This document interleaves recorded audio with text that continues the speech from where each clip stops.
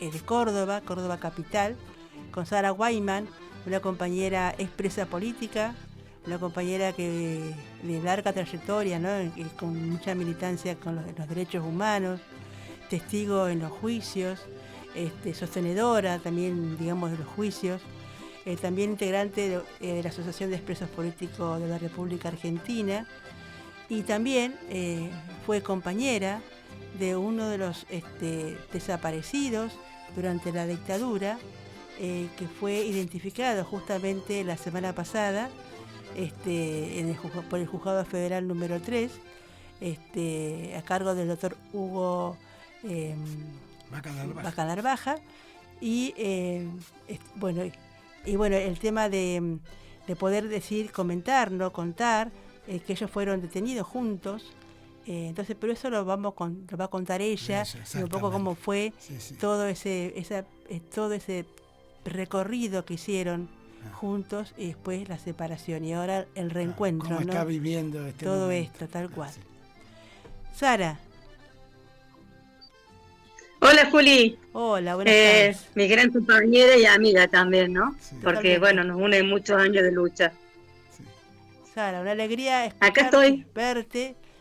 Como decíamos recién, bueno, que acá estoy con mi compañero del programa, Beto Alberto Epstein, que hace muchos años que estamos acá con Memoria y Vida.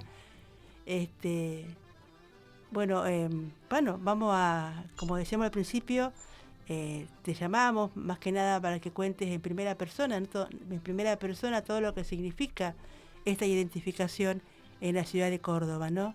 Y todo lo que significa para vos en particular, ¿no? Este reencuentro.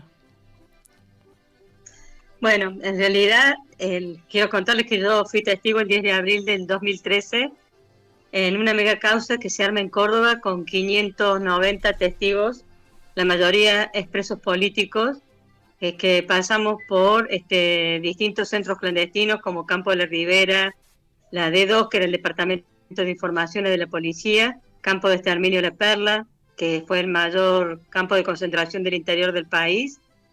Y entonces pasamos muchos testigos y pudimos hablar.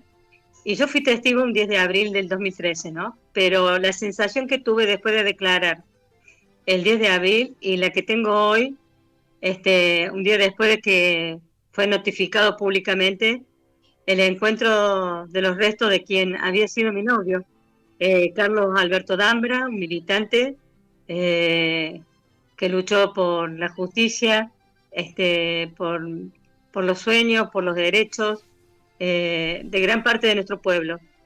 Y hoy, hasta hace un ratito, me acaban de mandar un videito, un WhatsApp, diciéndome quién había sido para los compañeros del IPEF, porque era profe de educación física, expulsado del IPEF antes de recibirse de profe, pero era maestro. ¿Cómo lo recordaban al Nona, no? Como el tipo solidario, alegre, que siempre buscaba la justicia dentro del IPEF también. Y bueno, son cosas que al Nona Dambra lo distinguían. Al Nona, yo digo, cuando le digo Nona, es Carlos Alberto Dambra, el compañero identificado dentro de los 12. Le decíamos la Nona Dambra en el IPEF porque tenía unas canitas y tenía 23, 22 años cuando entró el IPEF 21 y tenía canitas y entonces le pusieron la Nona Dambra. Y ahí todo el mundo lo conoce, entonces yo entré en los organismos y para mí era la Nona, el Nona. Yo le decía Nona, porque le ponía el artículo masculino, no parece mentira, pero le ponía el artículo masculino. Y entonces, pero era la Nona Dambra para el IPEF. Y en realidad, yo acá les quiero mostrar para que lo conozcan, quién era el Nona. Esta foto me la sacó un tío en una fiesta de la colectividad judía. Por supuesto, yo no soy religiosa, ni el Nona tampoco era católico, pero bueno, nosotros no creemos mucho en la religión, creemos que las religiones nos separan al mundo, pero bienvenido el que quiera creer, que crea, ¿no? No nos oponemos. Y entonces esta última foto, fue la penúltima foto que nos sacamos juntos, que lo sacó un tío, junto con la familia, en una fiesta judía. Y la última foto que la tengo del Club ASIC, donde el Nona trabajó como escuela de verano, como profe de educación física, entrenando el equipo de vóley, del cual formaba yo parte. De la escuela de verano, muchos chicos se acuerdan de él, porque les enseñó a cazar mosca, cómo se caza una mosca, porque es muy difícil cazar mosca. Y entonces les enseñaba que era de la cabeza para atrás, ¿no? Ese era el nona, y los chicos siempre se acuerdan de él. En cualquier lugar me dice, ¿te acuerdas cuando el nona nos enseñaba? Porque era un día de lluvia y no se podía utilizar las instalaciones de pileta, el campo, entonces había que estar en un salón y el nona le enseñó a cazar mosca. Era un tipo muy divertido, pero a la vez era un militante inclaudicable, ¿no? Discutíamos mucho de política. Él pertenecía al Partido Revolucionario de los Trabajadores, ERP, y yo pertenecía a la Federación Juvenil Comunista en ese momento. Y entonces se daban muchas discusiones políticas en ese tiempo. Éramos jóvenes con muchas inquietudes políticas, participaciones políticas, cosas que hoy nos vemos que está faltando. Cuando yo recupero la libertad en el 79, antes que empiece la democracia, me meto también en una escuela de formación de cuadro, o formación política, no me gusta decir cuadro, de formación política en el Partido Comunista. En Nona ya no estaba desaparecido, y ahí lo conozco a mi segundo compañero, Jorge Martínez. Bueno, después le entró a trabajar mucho en la formación política sindical. Bueno, pero en Nona fuimos detenidos en una terminal de ómnibus un 20 de noviembre. ¿Y en qué fecha? En el Día de la Soberanía Nacional. El día donde el ejército había copado las calles de Argentina, de Córdoba, a secuestrar gente. El ejército argentino. Pero no era solamente el ejército argentino, ¿no? Porque uno pregunta, ¿por qué el ejército? Y bueno, porque había una política económica que había que sustentar de alguna forma, y había mucha organización política de los jóvenes en las escuelas secundarias, en la universidad, la Córdoba del Cordobazo, donde había muchos gremios comprometidos con una lucha por más derechos y por más justicia. Y entonces nos encuentra con un terrorismo de Estado que empieza antes en Córdoba, que fue con el Navarrozo en el año 74, donde ya a muchos compañeros los detienen en la cárcel de Encausado. A muchos compañeros los matan. Por eso nosotros no decimos que el 24 de marzo es el inicio de la dictadura, sino a partir del 74 con el Navarrozo, donde lo sacan a Obregón Cano y a Tilio López, dos compañeros peronistas que habían sido elegidos en el 73. A Tilio López lo matan en el 74, cuando estaba en Buenos Aires junto con su contador, el Negro Vara, y bueno, y Obregón Cano destituido. En ese interín se logró la libertad también del 73 de muchos compañeros detenidos políticamente después del Cordobazo, que bueno, nosotros no podemos olvidarnos de todos estos hechos políticos porque nos enseñan de que la disputa del poder siempre está presente, ¿no? Ellos no van a querer perder el poder económico lo quieren tener, porque con eso digitan su poder, su enriquecimiento, que es ilícito, porque lo tienen a través de vender empresas, comprar empresas, explotar a trabajadores y despedir trabajadores, como nos está pasando hoy en día. Es el mismo proyecto político de Martínez de O, bueno, de todos estos que estuvieron antes. Bueno, ¿quería hacer una pregunta, Beto? Sí, no, coincido completamente. Es un tema que estamos por desarrollar en estos programas, ya lo venimos desarrollando, que es justamente la continuidad de ese plan, ¿no es cierto?, que pretende, ¿no es cierto?, el despojar de derechos a los trabajadores, al pueblo, transferir la renta nacional a los grandes grupos económicos, ¿no es cierto?, y se viene repitiendo hoy, se profundiza, ¿no? Y en ese camino también está la disputa del relato, de la historia, de la memoria, porque hoy no solo está el tema del negacionismo, creo que atrás de todo esto también vendrá la reivindicación de la dictadura, sí, que es una necesidad de estos fascistas, ¿no? Sí, yo quiero contar también la parte de los compañeros, cómo éramos, ¿no? Sí. Porque el día que nos detienen los milicos, nos piden los documentos, estábamos en la terminal de ómnibus, que hoy es la vieja terminal, teníamos documentos y los entregamos, y bueno, y le dicen, así que vos sos del Ejército Revolucionario del Pueblo, del ERP, y le suben, y de vos, que era yo, ya vamos a averiguar tus antecedentes. En el momento que nos suben al camión, el nona me dice, ¿me vas a esperar? Él no pensaba que iba a ser un desaparecido. Había habido otras dictaduras, lo vivimos, pero nunca fue tan cruel como la última dictadura, porque era necesario arrasar con la militancia, con lo poco que había, o con lo mucho que había, ¿no? Porque éramos muchos, por eso justamente hicieron lo que hicieron. de secuestrar, torturar, asesinar, desaparecer. Nosotros de la cárcel de Córdoba nos sacaron 29 compañeros hasta octubre del 76 para fusilar, diciendo que eran intentos de fuga, cuando nuestros compañeros sabemos que los sacaban atados y vendados, así que imposible de fugarse. Bueno, esas eran las excusas que ellos daban para poder decir que en la sociedad éramos todos terroristas subversivos y justificar las cosas que estaban haciendo, porque eran injustificables. Así nosotros podemos decir que pasaron cerca de 2.500 compañeros por La Perla, el mayor centro clandestino del interior del país, y que hubo muchas fosas que pudieron ser denunciadas por un vaquiano del lugar, que era Solanille, que él antes de morirse en el juicio fue testigo y dijo que él en la cueva en la Loma del Torito había visto los enterramientos. Da que leas el equipo de antropología argentino forense buscó a 50 metros de ese lugar y no halló nada. Y hoy cuando abren, en diciembre del año pasado, abren a 50 metros de ese lugar, encuentran los restos de estos compañeros y de otros más que van a ser identificados seguramente, que nos han dicho que van a seguir la investigación. Al principio comenzó con 3 meses de investigación. Y ahora, ante los encuentros que hemos tenido de 12 compañeros en muy poco tiempo, seguramente van a poder notificar de otros hallazgos de otros cuerpos y de otros compañeros. Y quiero contar algo, porque en el 79 viene la Comisión Interamericana de Derechos Humanos a Córdoba, como fue a otras provincias, y entonces va a La Perla por las denuncias de que había enterramientos clandestinos, de que había un campo de concentración muy grande, y resulta que los habían sacado, todos los que habían estado detenidos ahí, los llevan a otro lugar, como era el campo de la Ribera, o como era la malagueño La Perla Chica. Y entonces los compañeros no estaban, y no podían denunciar nada. Pero la Comisión Interamericana se va, pero nosotros, yo estaba en libertad cuando viene, y puedo denunciar esto también de mi compañero desaparecido.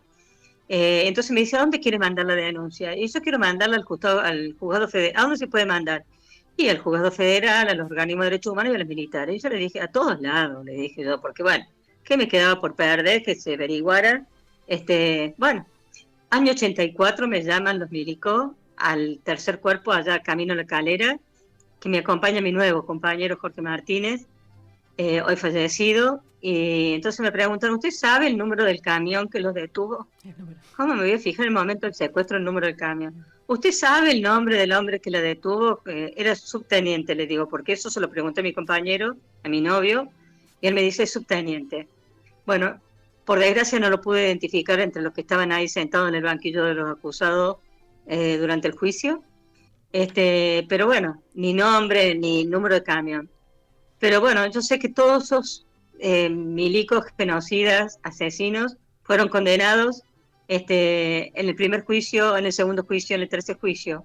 Hasta Videla fue condenado en Córdoba por la causa de los UP1, donde sacan a 29 compañeros a fusilar, porque también era responsable de esto, ¿no? Y fue condenado a cadena perpetua y se murió sentado en un inodoro, defecando.